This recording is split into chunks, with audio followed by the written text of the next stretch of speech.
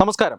സംസ്ഥാനത്തെ തൊഴിലില്ലാത്ത അല്ലെങ്കിൽ തൊഴിൽ രഹിതരായ ചെറുപ്പക്കാരുടെ ആശാ കേന്ദ്രമാണ് പബ്ലിക് സർവീസ് കമ്മീഷൻ അഥവാ പി എസ് സി നിയമനങ്ങൾക്കായി രാവും പകലും ഉറക്കമിളച്ചിരുന്ന് പഠിക്കുന്ന പതിനായിരക്കണക്കിന് ചെറുപ്പക്കാർ ഇപ്പോഴും കേരളത്തിലുണ്ട്. ഇവരുടെയൊക്കെ സ്വപ്നം എന്നത് ഒരു സർക്കാർ ജോലിയാണ്. സർക്കാർ ജോലി കിട്ടിയാൽ ജീവിതവും ഭാവിയുമെല്ലാം സുരക്ഷിതമാണ് എന്ന് വിശ്വസിക്കുന്ന ഒരു സമൂഹമാണ് കേരളം. അതുകൊണ്ട് തന്നെ വളരെയധികം യുവജനങ്ങൾ പ്രതീക്ഷ പി.എസ്.സിയിൽ അർപ്പിക്കുന്നുണ്ട്. പക്ഷേ ഈ അടുത്ത കാലത്തായി പി.എസ്.സിയുടെ വിശ്വാസ്യതയെ ചോദ്യം ചെയ്യുന്ന രീതിയിലുള്ള നിരവധി സംഭവ വികാസങ്ങൾ അരങ്ങേറിയിട്ടുണ്ട്. ഭരണകക്ഷിയിൽപ്പെട്ട ചില സഖാക്കൾ വാട്സാപ്പ് പരീക്ഷ എഴുതിയത് മുതലുള്ള ആരോപണങ്ങളും അത്തരത്തിലുള്ള സംഭവങ്ങളുമെല്ലാം യുവജനങ്ങളുടെ ഇടയിൽ പി.എസ്.സിയെ സംബന്ധിച്ച് വലിയ നിരാശയാണ് ഉണ്ടാക്കിയത്. മാത്രമല്ല, ഭരണകക്ഷിയുടെ ആശീർവാദത്തോടുകൂടി നടത്തപ്പെടുന്ന പിൻവാതിൽ നിയമനങ്ങൾ, ആ പിൻവാതിൽ നിയമനങ്ങൾക്കെതിരെ സംസ്ഥാനത്തെ ഗവർണർ പോലും ഒരു ഘട്ടത്തിൽ പ്രതികരിച്ചിട്ടുണ്ട്.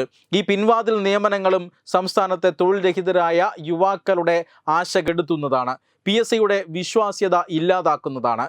എന്നാൽ പി.എസ്.സിയുടെ വിശ്വാസ്യത ഇല്ലാതാക്കുന്ന മറ്റൊരു വാർത്ത കൂടി ഇപ്പോൾ പുറത്തു വരികയാണ്.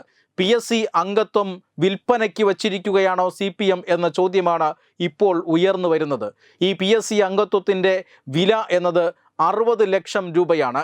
60 ലക്ഷം രൂപയ്ക്ക് പി.എസ്.സി അംഗത്വം തരാം എന്ന വാഗ്ദാനം ചെയ്തുകൊണ്ട് കോഴിക്കോടെ ഒരു ഡോക്ടറിൽ നിന്ന് ഒരു CPIM-ൻ്റെ ഏരിയ കമ്മിറ്റി അംഗം 22 ലക്ഷം കോഴ വാങ്ങി എന്ന പരാതി ഇപ്പോൾ പാർട്ടിക്ക് മുന്നിൽ വന്നിരിക്കുന്നു എന്ന വാർത്തയാണ് ഇപ്പോൾ പുറത്തു വരുന്നത്.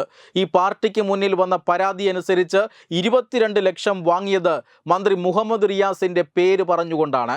മന്ത്രി മുഹമ്മദ് റിയാസ് വഴി ഇക്കാര്യം നേടിയെടുക്കാൻ സാധിക്കുമെന്നും അതിന് 60 ലക്ഷം രൂപ കോഴ തരണമെന്നുമാണ് ഈ CPM നേതാവ് ആവശ്യപ്പെട്ടതെന്നും ഇതിന് പ്രകാരം 22 ലക്ഷം രൂപ ഇതിനോടകം തന്നെ നൽകിയെന്നും പക്ഷേ പി.എസ്.സി അംഗത്വം ഇതുവരെ ലഭിച്ചില്ല എന്നുമാണ് ഇപ്പോൾ വാർത്ത പുറത്തു വരുന്നത്. ഇതിനെക്കുറിച്ച് വാർത്താ ലേഖകർ ഈ മന്ത്രി മുഹമ്മദ് റിയാസിൻ്റെ അടക്കമുള്ള പ്രതികരണങ്ങൾ തേടുന്നത് നമ്മൾ കണ്ടു. അതൊന്നും അറിയില്ല എന്ന ഒരൊറ്റ വാക്കിലാണ് മന്ത്രി ഉത്തരം പറഞ്ഞത്. മാത്രമല്ല, മന്ത്രിയും ഇക്കാര്യം അന്വേഷിക്കണമെന്നാവശ്യപ്പെട്ട് പാർട്ടിക്ക് പരാതി നൽകിയിട്ടുണ്ട് എന്ന വാർത്തയും പുറത്തു വരുന്നുണ്ട്. പക്ഷേ എന്തായാലും പി.എസ്.സിയിൽ എന്തൊക്കെയോ ചീഞ്ഞു നാറുന്നുണ്ട് എന്ന് വ്യക്തമാണ്. ഇന്ത്യയിൽ തന്നെ ഏറ്റവും കൂടുതൽ അംഗങ്ങളുള്ള ഒരു പി.എസ്.സിയാണ് കേരള പി.എസ്.സി. 21 അംഗങ്ങളാണ് കേരള പബ്ലിക് സർവീസ് കമ്മീഷനിലുള്ളത്. ചെയർമാൻ അടക്കം 21 അംഗങ്ങൾ. ഈ 21 അംഗങ്ങളെ തീറ്റിപ്പോറ്റാനായി സംസ്ഥാന സർക്കാർ ചെലവഴിക്കുന്നത് കോടികളാണ്.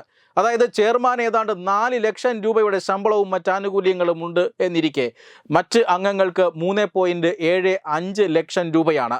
ഈ രീതിയിൽ വലിയ രീതിയിൽ ശമ്പളവും ആനുകൂല്യങ്ങളും ഒക്കെ കൊടുത്തുകൊണ്ടാണ് രാജ്യത്തെ ചെറുപ്പക്കാരുടെ തൊഴിലില്ലായ്മയുടെ പ്രശ്നങ്ങൾ പരിഹരിക്കാനായി സർക്കാർ ഈ പബ്ലിക് സർവീസ് കമ്മീഷനെ രൂപീകരിച്ചിരിക്കുന്നത്.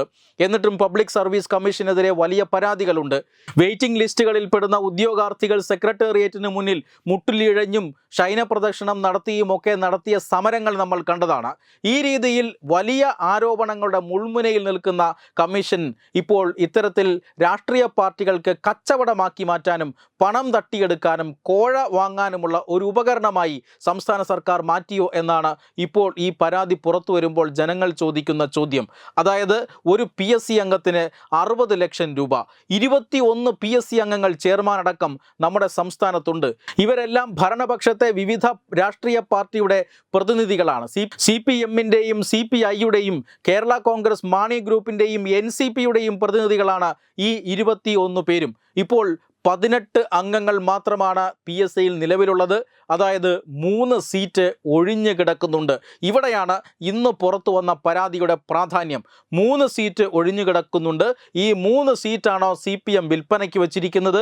അതിൻ്റെ ഈ വില എന്നത് നേരത്തെ പറഞ്ഞതുപോലെ 60 ലക്ഷം രൂപയാണോ എന്ന ചോദ്യമാണ് ഈ വാർത്ത പുറത്തു വരുമ്പോൾ എല്ലാവരും ചോദിക്കുന്നത്. കാരണം വളരെ ഗുരുതരമായ ഒരു വാർത്തയാണ് ഇപ്പോൾ പുറത്തു വന്നിരിക്കുന്നത്. ബാർ കോഴ ആരോപണം വന്നിട്ട് ദിവസം ദിവസങ്ങൾ മാത്രമേ ആയിട്ടുള്ളൂ.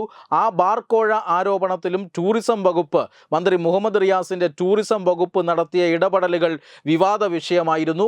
മാത്രമല്ല, സംസ്ഥാനത്തെ റോഡുകൾ ഇങ്ങനെ കുളമായി കിടക്കുന്നതിനു പിന്നിൽ പൊതുമരാമത്ത് വകുപ്പിൻ്റെ അഴിമതിയാണ് എന്ന് പ്രതിപക്ഷം നേരത്തെ ആരോപിച്ചിരുന്നതാണ്. അവർ സഭയിൽ ഇന്നലെ ഈ വിഷയം കൊണ്ടുവന്ന് ചർച്ച ചെയ്യാൻ ശ്രമിച്ചതുമാണ്. പക്ഷേ അടിയന്തര പ്രമേയ അനുമതി നിഷേധിച്ചു. എന്തായാലും സഭയിൽ അവർ പറയാനുള്ളത് പറഞ്ഞു എന്ന് തന്നെ പറയണം. ഈ രീതിയിൽ പല രീതിയിലുള്ള കോഴ ആരോപണങ്ങൾ, അഴിമതി ആരോപണങ്ങൾ സംസ്ഥാന സർക്കാർ നേരിടുന്നുണ്ട്. അതിൽ പ്രത്യേകിച്ചും മന്ത്രി മുഹമ്മദ് റിയാസിൻ്റെ പേരിൽ ഏറ്റവും ഒടുവിലായി വന്ന ഒരു കോഴ ആരോപണം കൂടിയാണ് പബ്ലിക് സർവീസ് കമ്മീഷൻ സ്ഥാനം വിൽപ്പനയ്ക്ക് വച്ച് ലക്ഷങ്ങൾ തട്ടുന്നു എന്ന വാർത്ത. വെബ് ഡെസ്ക് തത്തുമൈ news. Powered by Jyotis. Realizing your dream home. Our ongoing luxury apartments projects are Crown near Karivattam, The Square near UST Global, White Manor near Attigal Ambalathara, and Evergreens Luxury Villas near Tirumala. Call 90482 55599. Jyotis Building Promoters Private Limited, Thiruvananthapuram.